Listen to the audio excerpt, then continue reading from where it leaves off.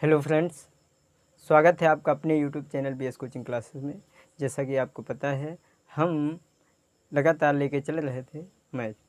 हालांकि कुछ 8-10 दिन से हमारी वीडियो कोई अपलोड नहीं हो पाई, तो इसके लिए थोड़ा सा काम पड़ गया था, तो समय नहीं मिल पाया। लेकिन अब लगातार कंटिन्यू हमारी वीडियो अपलोड होती रहेंगी। आप बेहिचक हमारे इस यूट्यूब चैनल के माध्यम से आप लगातार वीडियो देखकर अपनी पढ़ाई कर सकते हैं। तो आइए हम ज़्यादा देर न करते हुए, जैसा कि आपको पता है हम चैप्टर 1.2 की चर्चा कर चुके थे इससे पहले जो वीडियो थी। आज हम 1.3 की बात करने वाले हैं। इसमें से आज हम पहले सवाल की बात करेंगे और एक ही सवाल की बात होगी इस वीडियो के माध्यम से।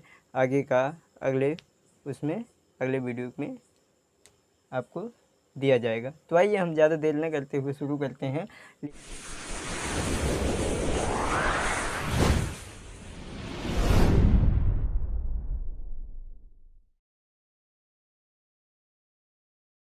लिखा हुआ है हमारा पहला सवाल कि सिद्ध कीजिए कि अंडर रूट 5 एक अपरिमेय संख्या है। यही हमको क्या करना है, सिद्ध करना है। तो अंडर रूट 5 एक अपरिमेय संख्या है, तो यहाँ मान लेंगे, माना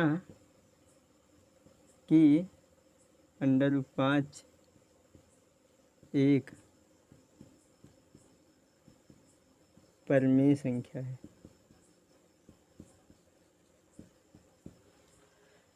अंडर रूट 5 एक परिमेय संख्या है। हमने परिमेय संख्याओं के कुछ नियम पढ़े थे कि जो भी परिमेय संख्या होगी वो P/Q के रूप में लिखी जा सकती है। अर्थात ये संख्या कैसे लिखी जा सकती है, 5 जो है वो लिखी जा सकती है ऐसे। ये मान लेंगे कि ये क्या है, ये परिमेय संख्या है, तो इसके बराबर होनी चाहिए, जहाँ Q not equal to 0। Q का मान 0 नहीं होना चाहिए, कामा P और Q, P कामा Q का HCF कितना होना चाहिए, 1 होना चाहिए। ये नियम है, ठीक है। HCF को दो शब्दों से, एक शब्द है यही लिख दे रहे हैं, एक है सहगुणनखंड, सहगुणनखंड,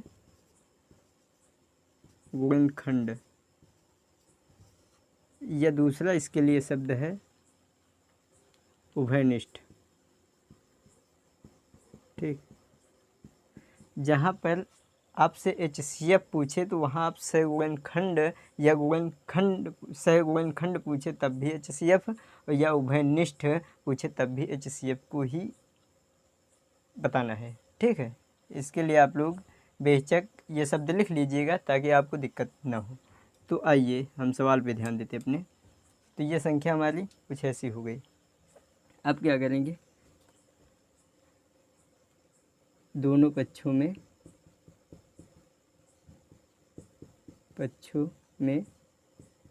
वर्ग करने पर, दोनों पक्षों का स्क्वायर करेंगे, वर्ग कर देंगे, तो ये अंडर रूट 5 का स्क्वायर बराबर P² बटे Q², ये हो गया। अब हम ध्यान देंगे, ये जो अंडर रूट के ऊपर स्क्वायर होता है तो ये स्क्वायर और ये अंडर रूट कट जाता है, सिंपली से हमारी संख्या आ जाती है केवल 5। अब ये P² आ गए हमारे पास, P² बटे Q², ये कुछ आ गया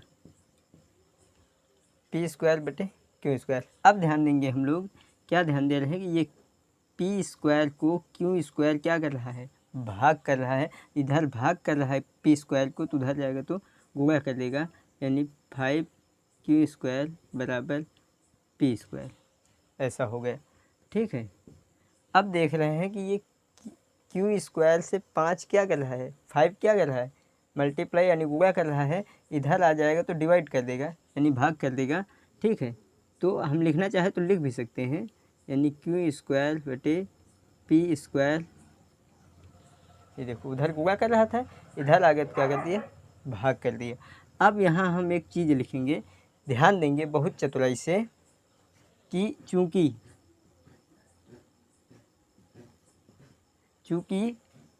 5 क्या हो रहा है, 5 जो है वो p² को विभाजित कर रहा है,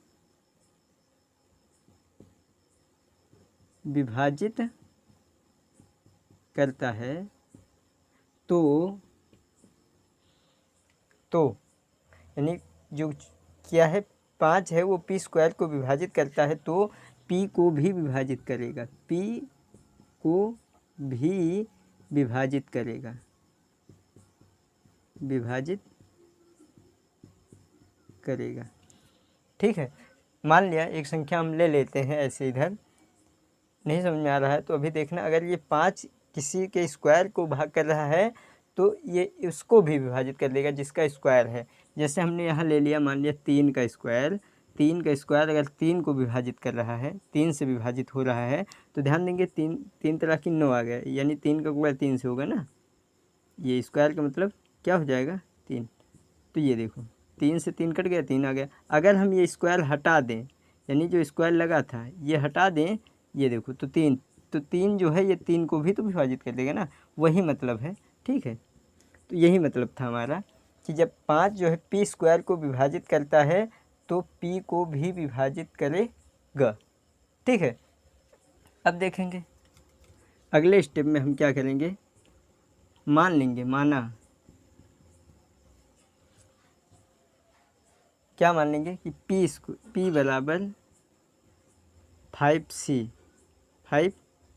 अभी भी देखो p को 5 क्या कर रहा है विभाजित, इधर गुणा है तो कर रहा है c के साथ, c मान लो कोई अन्य संख्या मान सकते हैं। ठीक है, तो ये c के साथ 5 क्या कर रहा है, गुणा कर रहा है, इसका मतलब p के साथ क्या कर रहा है, भाग ही तो कर रहा है, हमने कुछ नहीं किया है।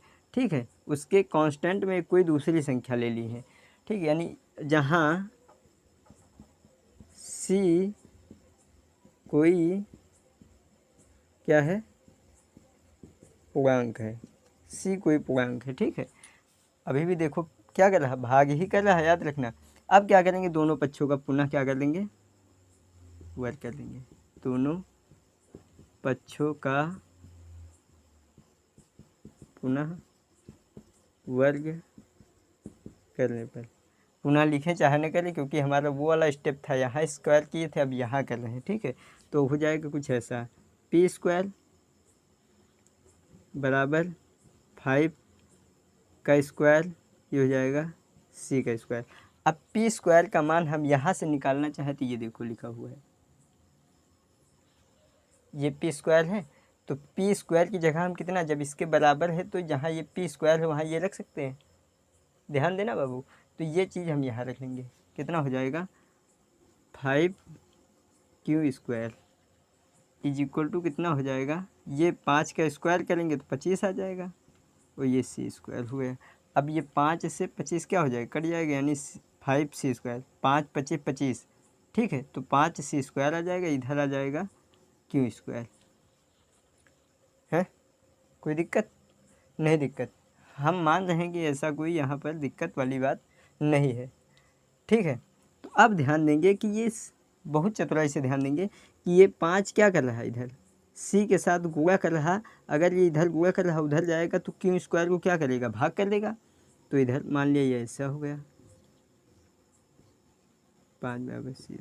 अब देखो वही बात आ गई, जब 5 p² को विभाजित करता है तो p को भी विभाजित करेगा, उसी प्रकार क्या हो जाएगा, q² 5 को विभाजित, सॉरी 5 जो है q² को विभाजित कर रहा है। फिर लिखेंगे चूँकि, ये चूँकि का सिंबल है। ठीक है, तो 5 यानी 5 q² को क्या कर रहा है, डिवाइड कर रहा है, यानी विभाजित करता है, विभाजित करता है, तो q को भी विभाजित करेगा। ठीक है, अगर ये 5 जो है q² को विभाजित करता है तो q को भी विभाजित करेगा। तो ध्यान देंगे p को भी 5 विभाजित कर रहा है, यानी भाग कर रहा है, विभाजित कर रहा है, और इधर देखें तो क्यू को भी विभाजित कर रहा है। ठीक है, ये देखेंगे तो यहाँ गुणा कर देंगे। ठीक है, ये गुणा नहीं किया जाएगा, हम अपने आप से कह रहे थे। तो यहाँ देखो ये 5 पी को भी विभाजित कर रहा था और क्यू को, तो इसका मतलब इन दोनों का जो पी और क्यू का HCF हो जाएगा वो हमारा 5 हो जाएगा। कितना हो जाएगा? 5 हो जाएगा। कितना हो जाएगा? 5। यानी पी कामा क्यू का जो HCF है, यानी HCF कितना हो जाएगा? 5। जबकि आना कितना चाहिए था? 1 आना चाहिए था। कितना आना चाहिए था? 1 आना चाहिए था। ठीक है, कितना आना चाहिए? 1 आना। यहाँ लिखा हुआ है कि HCF कितना होना चाहिए? 1। आ कितना रहा है? 5। ये देखो। ठीक है, तो ये अगर नहीं समझ में आ रहा तो हम भी दिखा देते हैं। यहाँ देख लिया जाए, 2 संख्या ले लेते हैं। मान लिया यहाँ 10 है, यहाँ 5 है, तो 2 संख्या है पी बटा क्यू। तो अगर इन दोनों का हम HCF निकालना चाहें, HCF, तो ध्यान देंगे ये 2 से कट जाएगा, 5 आएगा, और ये 5 से कट जाएगा, 1 आ जाएगा। अब यहाँ देखो कितना आ गया? 5 ही से कटेगा। अब दोनों का करेंगे, 10 बराबर 2 गुणे 5 गुणे 1। अब ध्यान देंगे यहाँ 5 बराबर 5 गुणे 1। अब दोनों में मैच क्या कर रहा है? ये देखो HCF के लिए हल्का वाला मामला, ठीक है, जो दोनों मिल रहा है। तो 5 गुणे 1, 5 एकम 5। ये देखो, मतलब इन दोनों का जो दोनों में मैच करता है वही HCF हो जाता है। तो दोनों में देखो 10 को लिख सकते थे 2 गुणे 5, और ये देखो क्या है? 5। तो देखो दोनों में क्या मिल रहा? 5। तो इसका मतलब यही चीज़ है कि जब दोनों को विभाजित करता है 5, इसका मतलब 5 जो है वो पी में छुपा होगा। ठीक है, तो ये हमारा इन दोनों का HCF कितना आ जाएगा? 5, जबकि आना कितना चाहिए? 1। तो इस ये जो HCF हमारा कितना आ गया? 5। अर्थात ये जो 5 आया है, ठीक है, HCF पी व क्यू का HCF 5 हमारी गलत कल्पना के कारण आया है। यानी अर्थात पी व क्यू का HCF 5 हमारी गलत कल्पना के कारण आया है। ठीक है, तो यहाँ पर जबकि आना कितना चाहिए? 1। अब लिख देंगे आगे कि अतः, ठीक है, यह जो हम धारणा कर रहे थे यह विरोधाभास प्रकट करती है। यानी कि यह जो हम मान लिए थे कि ये मान लिया जाएगा कि √5 क्या है? एक क्या है? परमेय संख्या है। अब हम मान रहे हैं कि HCF तो एक आया नहीं, इसका मतलब क्या हुआ कि यह एक परमेय संख्या नहीं। भाई परमेय संख्या होती तो एक आता, और ये परमेय संख्या है हमने मान लिया था, लेकिन इसका HCF तो 5 आ गया है ना। तो इसका मतलब ये है कि ये परमेय संख्या नहीं, और परमेय संख्या नहीं है तो क्या हो जाएगी? अपरमेय संख्या हो जाएगी। अतः यह धारणा जो हम मान रहे थे, यह धारणा विरोधाभास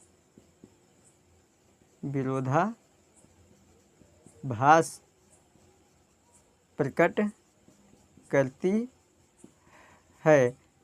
अतः फिर लिख सकते, ठीक है, या अर्थात √5 एक कौन संख्या है? अपरमेय संख्या है। अपरमेय संख्या है। यही लाइन हमें लास्ट में लिख देनी है, और ये वाला ध्यान से इतना पढ़ के, या जो 5 आया है यह हमारी गलत कल्पना के कारण आया है।